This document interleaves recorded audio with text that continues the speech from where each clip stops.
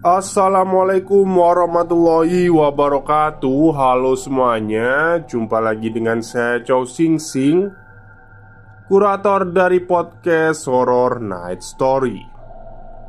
Halo, apa kabar semuanya? Semoga kalian semua baik-baik saja ya. Dan seperti biasanya pada siang hari ini saya kembali dan akan membawakan sebuah treat horor yang ditulis oleh Mas Kalong. Dan di dalam treat horor ini menceritakan kejadian yang dialami narasumbernya Mas Kalong. Dia adalah bekas relawan COVID pada 2 tahun yang lalu ya, 3 tahun apa 2 tahun yang lalu itu. Jadi tentunya beliau mengalami pengalaman mistis saat ia mengurus jenazah-jenazah COVID itu. Dan sebelumnya saya mohon maaf untuk cerita perang santet di tanah Pertua. Saya pending dulu karena panjang sekali. Jadi ini ada 8 bagian ya perang santet itu. Nanti saya pendekkan, tapi tetap saya ceritakan semuanya agar durasinya lama. Oke, daripada kita berlama-lama, mari kita simak cerita dari Mas Kalong. Selamat mendengarkan. Mohon maaf jika ada kesamaan nama dan tempat, karena semua nama toko dan tempat sudah disamarkan. Kejadian ini dialami, sebut saja namanya Mas Waris, salah satu pemuda yang pernah menjadi relawan di salah satu kecamatan desa. Mas Waris termasuk relawan senior. Hingga suatu ketika, rentetan kejadian yang menyeramkan Mas Waris alami ketika sebelum dan sesudah pemakaman jenazah. Lebih tepatnya, ketika pandemi mulai meluas. Malam itu Mas Waris ditemani 3 orang temannya di sebuah warung kopi pojok desa. Walaupun dirinya sudah berkeluarga dan telah dikaruniai seorang anak, tapi jika malam, waktunya akan banyak dia habiskan di warung bersama teman-temannya di luar. Pukul 2 dini hari, setelah dirasa cukup untuk nongkrong di warung kopi, bukannya pulang ke rumah, Mas Waris malah memilih untuk memancing di sungai belakang rumah, mencoba untuk menenangkan dirinya. Pasalnya, sedari pagi Mas Waris sudah disibukkan dengan jenazah-jenazah COVID yang harus dimakamkan. Sesampainya di sungai, kemudian dia duduk di tempat biasanya ia memancing. Dia memasang umpan dan meletakkannya di sungai, berharap mendapatkan ikan yang banyak. Namun, sebelum Mas Waris melemparkan pancingnya, ia melihat ada sosok lelaki yang duduk di seberang sungai sembari merokok. Awalnya, Mas Waris menduga kalau sosok itu juga sedang memancing. Jadi, Waris masih tak menghiraukannya. 5-10 menit berlalu, belum satupun ikan Waris dapatkan. Ia kemudian merogoh saku celana dan mengeluarkan rokok. Berkali-kali Mas Waris mematik korek gasnya, tapi tak kunjung menyala. Karena sedikit kesal, karena ada saja masalahnya, hingga Mas Waris menyadari jika sosok yang ada di seberang sana sedang merokok juga. Mas Waris kemudian mendekati dan berniat untuk meminjam rokok koreknya. Sesampainya di seberang, setelah menyeberangi jembatan kecil penghubung, Mas Waris menemukan satu kejanggalan. Pasalnya, ketika Mas Waris sudah dekat dengan sosok itu, Mas Waris membaui satu aroma yang sangat tidak asing. Bau yang biasanya untuk mengoles kapas mayat.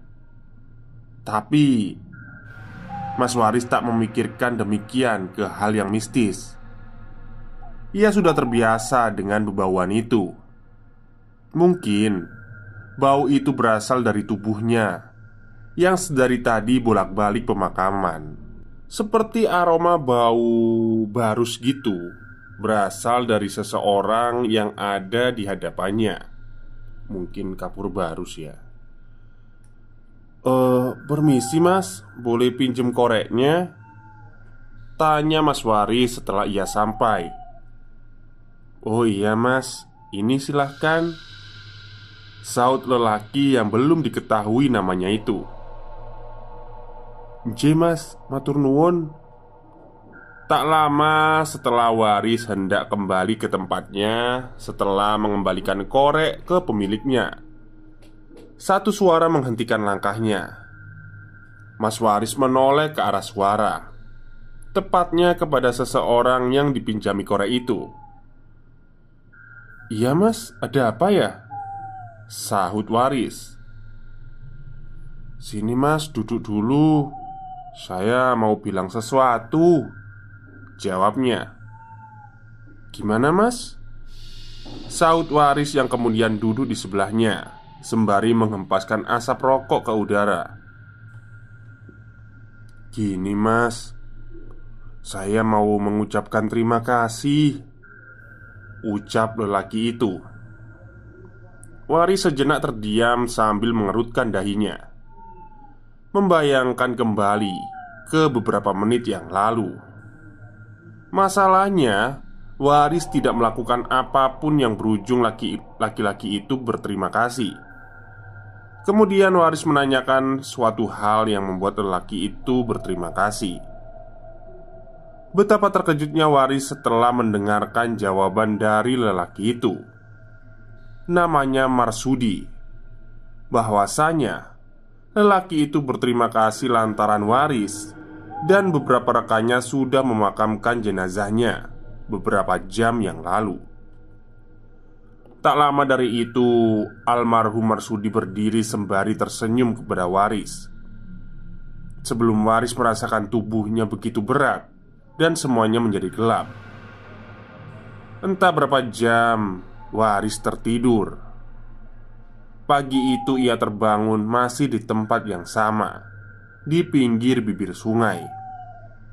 Untung saja dia tidak tercebur ke dalam sungai.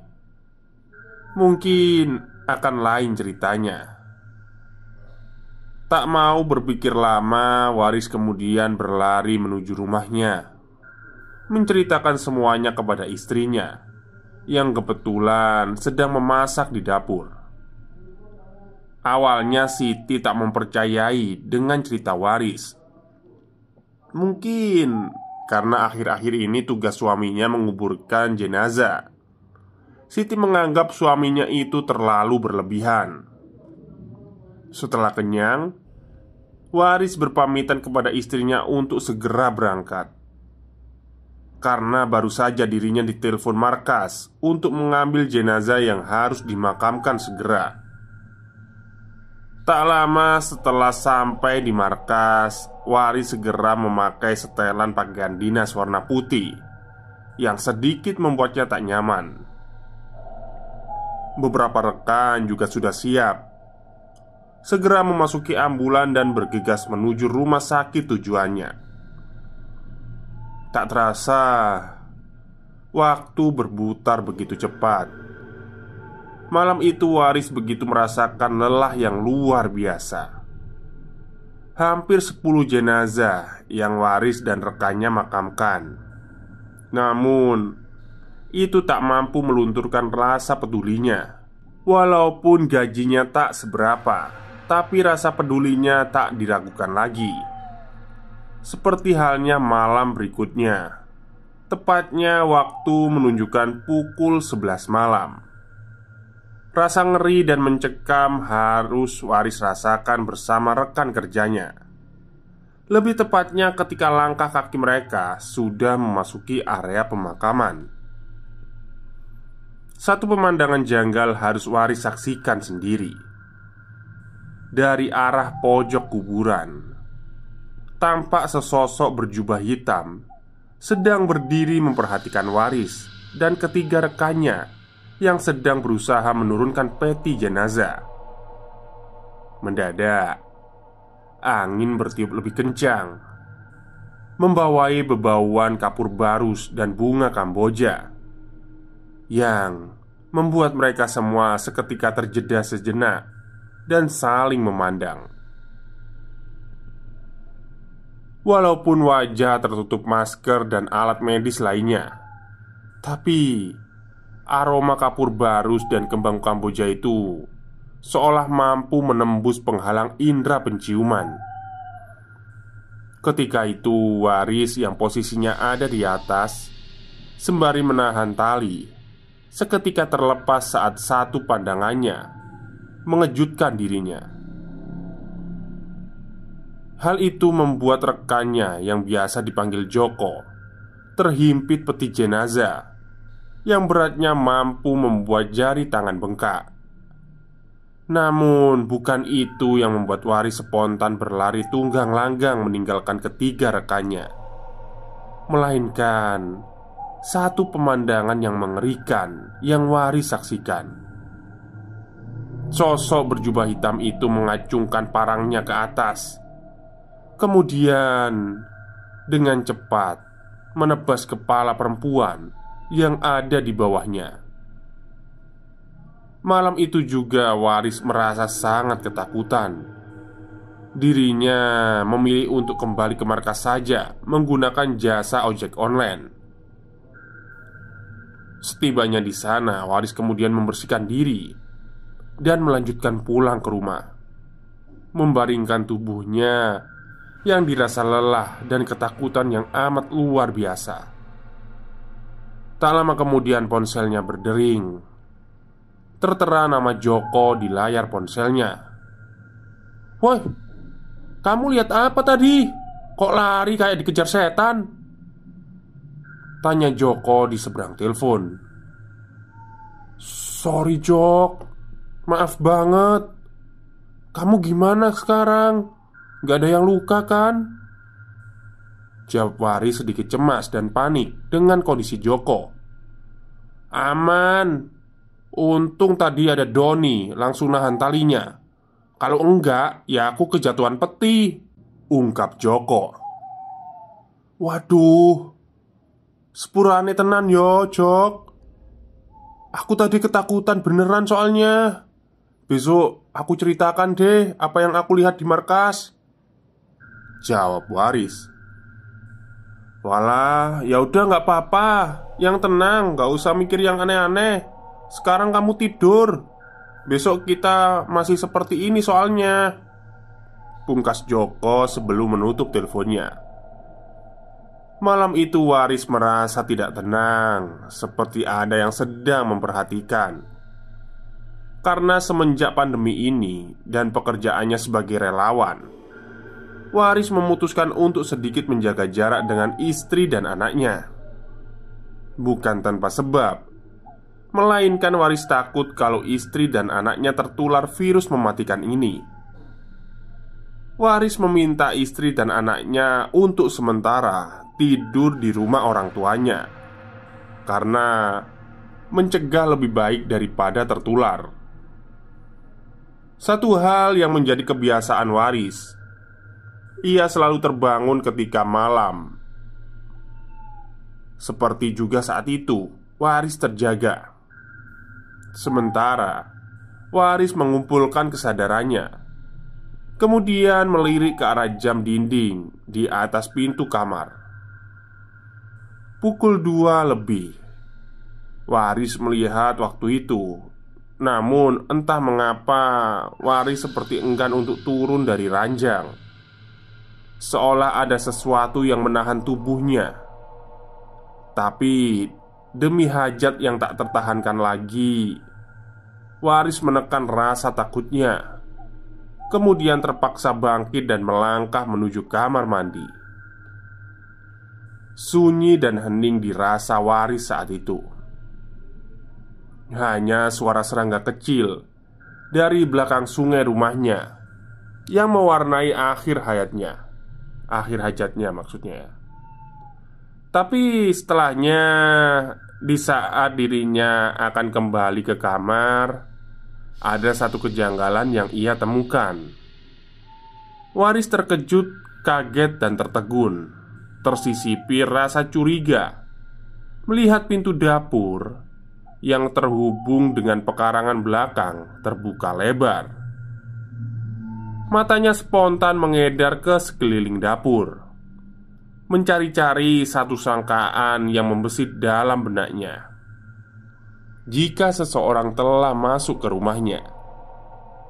Akan tetapi setelah beberapa saat, Waris mencari dan memanggil nama Siti, istrinya, tapi tak ada jawaban. Ia melangkah mendekati pintu berniat menutupnya kembali. Namun baru saja tangannya menyentuh handle pintu, sapuan angin dingin berbau wangi Kamboja menerpa tubuh dan wajahnya. Seketika Waris terperanjat, merinding, mengingat bau wangi itu semakin kemarin semakin mengganjal pikirannya. Cepat tangan Waris menarik gagang pintu ke dalam, mencoba menutup kembali dan menghindari tiupan angin yang membawa wangi Kamboja itu. Tapi sayang, sekuat tenaga ia keluarkan, berusaha dan mencoba berkali-kali. Pintu itu tidak bergerak, seperti tertahan sesuatu yang berat di belakangnya. Waris terdiam sebentar, bingung, dan mulai tersusupi rasa takut oleh kenyataan yang tak masuk akal di depannya. Sesaat berpikir, Waris pun berjalan keluar untuk melihat apa yang sudah menahan pintu. Lagi-lagi, Waris dibuat tercengang mendapati belakang pintu kosong dan tak menemukan apapun yang mengganjal atau menahan pintu itu. Bahkan tak lama, daun pintu bergoyang pelan, menandakan jika pintu ringan tanpa beban. Seolah tak percaya dengan semua kejadian yang baru saja ia alami, batinnya berkecamuk antara takut dan heran. Namun tak lama rasa heran dan bingungnya terjawab oleh suara lembut di ujung belakang pekarangan yang mengarah ke sungai. Suara lirih tengah bernyanyi dari sosok wanita berbaju putih, berambut sepinggang, sembari menggendong anak dan sesekali memanggil nama Waris. Meski terlihat sedikit samar, tapi sosok yang berdiri membelakangi Waris itu sanggup membuat tubuh Waris seketika dingin. Perlahan sosok berbau wangi bunga Kamboja itu menggerakkan kepalanya ke kanan dan ke kiri, dan kemudian berbalik dan menghadap tepat ke arah Waris. Mata Waris menjelaskan sosok itu. Walau dari jarak beberapa meter saja, tubuh Waris seakan mati rasa setelah pandangannya terbantu cahaya lampu remang dari sudut tempat ia berdiri dengan jelas. Wanita itu yang menimang sosok bayi dalam dekapannya sesekali memanggil nama Waris lagi, mengucapkan kalimat yang pernah ia dengar sebelumnya. Untuk kesekian kalinya, Waris mengalami kejadian menyeramkan yang berujung pada kalimat ucapan terima kasih. Sadar akan sosok itu bukanlah manusia, Waris buru-buru melangkah masuk dan penuh ketakutan. Tak memikirkan lagi pintu dapur yang masih terbuka, membiarkan tubuhnya yang basah karena keringat. Sebab saat itu yang ia ingin tidak lagi mendengar ucapan terima kasih, dari sosok-sosok yang pernah dirinya makamkan. Entah mengapa, kejadian ini hanya dialami oleh Waris sendiri. Beberapa rekan kerjanya tak satu pun mendapatkan peristiwa mengerikan ini. Walaupun hanya tanda terima kasih, tapi itu membuat Waris tidak nyaman. Siapapun juga tidak akan mau mengalami kejadian seperti ini. Namun, ada satu lagi kejadian yang membuat Waris memutuskan untuk berhenti menjadi relawan dan memilih untuk membuka usaha sendiri di rumah. Bukan tanpa sebab Waris memilih itu, melainkan dirinya sendiri tidak ingin selalu bertemu dengan roh-roh itu. Ia ingin selalu bertemu dengan istri dan anaknya saja di rumah, tidak lagi meninggalkan mereka sendiri di rumah orang tuanya. Sore itu setelah maghrib, ketika Waris dan ketiga rekannya hendak menguburkan jenazah lagi, kebetulan Waris dan ketiga rekannya itu sudah berada di area pemakaman dan ditemani oleh satu petugas rumah sakit. Mereka dengan semangat membara mengangkat peti jenazah untuk segera diturunkan ke liang lahat. Entah ada hawa aneh apa, yang jelas Waris merasakan ada sesuatu yang aneh dengan petugas dari rumah sakit itu. Awalnya, Waris mengira petugas itu sedang tidak enak badan. Terlihat dari cara ia berjalan dan raut wajahnya yang begitu pucat. Entah rekannya yang lain juga merasakan atau tidak. Namun Waris mulai menduga-duga dengan hal-hal di luar nalar. "Ji, Ro, Lu!"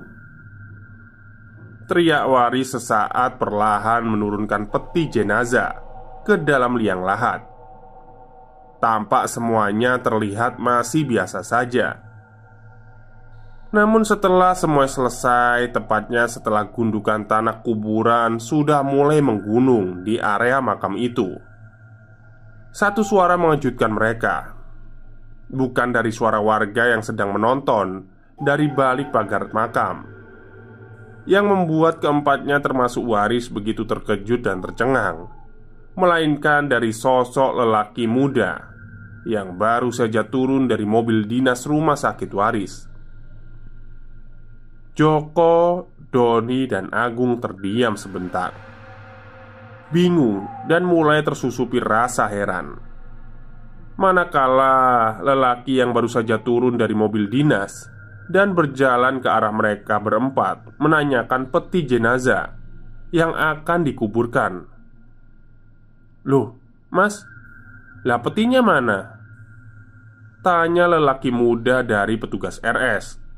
"Lah, kok malah tanya, Mas? Bukannya sampean tadi ikut bantu nurunin peti ke kuburan ya?" sahut Waris. "Loh, saya baru saja sampai loh, Mas," jawab petugas RS dengan wajah heran dan bingung. "Gak mungkin, Mas. Kenyataannya sampean ini berangkat bareng kita, Mas. Itu ikut memakamkan peti jenazahnya," sahut Joko. Hingga akhirnya mereka berlima meninggalkan area pemakaman dan meninggalkan banyak pertanyaan dalam benak masing-masing. Sebenarnya, siapa tadi orang yang menyerupai petugas RS yang ikut membantu itu? Sampai saat ini pun mereka berempat belum menemukan jawabannya. Hingga akhirnya Waris memilih untuk keluar dari pekerjaannya dan memilih untuk membuka usaha di rumah bersama anak dan istrinya. "Ya, begitulah, Mas, pengalaman saya dulu. Pahit manis udah tak jalani. Sebenarnya masih ada satu lagi, Mas. Ini yang membuat saya nggak berani masuk pemakaman," sambungnya. "Emang masalahnya apa, Mas? Kok sampai kayak gitu?"